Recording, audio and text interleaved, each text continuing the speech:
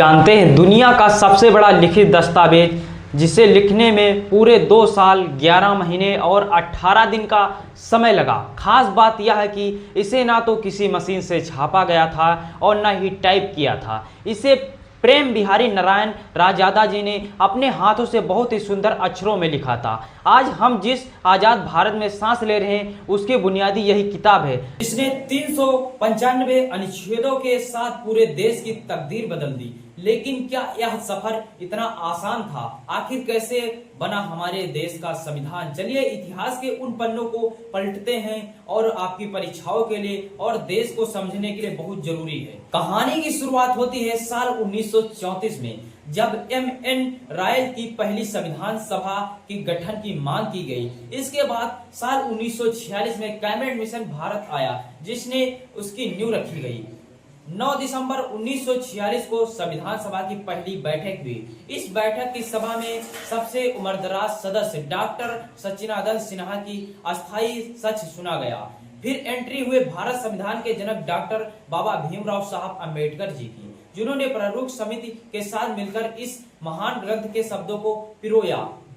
हमारा संविधान देश दुनिया भर का बेहतरीन संविधानों का निचोड़ है। जैसे ब्रिटेन में हमने सदस्यीय सरकार के कानून का शासन लिया, अमेरिका में हमने मौलिक अधिकार और न्यायिक समीक्षा की शक्ति ली, आयरलैंड से नीति निर्देशक तत्व आए, कनाडा से हमने सीखा कि केंद्र सरकार को मजबूत कैसे किया जाता है, और संविधान में बदलाव यानी संशोधन की प्रक्रिया हमने दक्षिण अफ्रीका से ली। 26 जनवरी 1950 को हमारा संविधान लागू हो गया, लेकिन समय के साथ देश की जरूरतें भी बदली।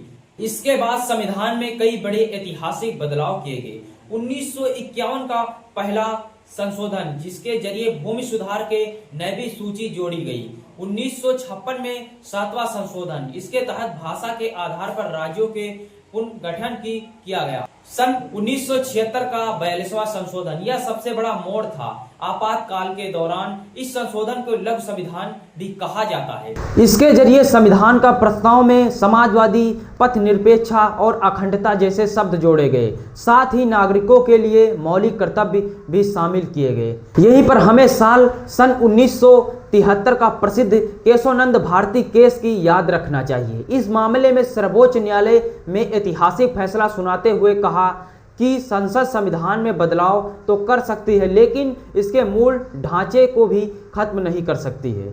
यह सफर आगे बढ़ता रहा और हम आज के आधुनिक दौर में पहुंचे। अनुच्छेद 101 संशोधन में जीएसटी लागू करके पूरे देश का टैक्स व्यवस्था को बदला। अनुच्छेद 103 संशोधन में आर्थिक रूप से कमजोर वर्ग को 10% आरक्षण दिया, और हाल ही में साल 2023 में 106 में यानी नारी शक्ति बंधन अधिनियम के महिलाओं के लिए लोकसभा विधानसभा में आरक्षण पक्का कर दिया गया। आज हमारा संविधान अपने शुरुआती रूप से कहीं ज़्यादा बड़ा और जीवंत हो चुका है। अब इसमें 395 से अनुच्छेद बढ़कर 470 से ज़्यादा अनुच्छेद हैं। 22 भाषाओं से बढ़कर 25 भाषाएं और 8 अनुसूचियां से बढ़कर 12 अनुसूचियां शामिल हैं। तो दोस्तों, यह थी भारत के गौरवशाली संविधान की पूरी कहानी। यह सिर्फ कानूनी किताब नहीं बल्कि एक भारतीय की असली ताकत है। उम्मीद है यह वीडियो आपको अच्छी लगी होगी। अगर वीडियो अच्छी लगी है तो लाइक करिए और अपने दोस्तों को शेयर करें। चैनल को सब्सक्राइब करना ना भूलें। मिलते हैं अगली वीडियो के साथ, तब तक के लिए जय हिंद, जय भारत।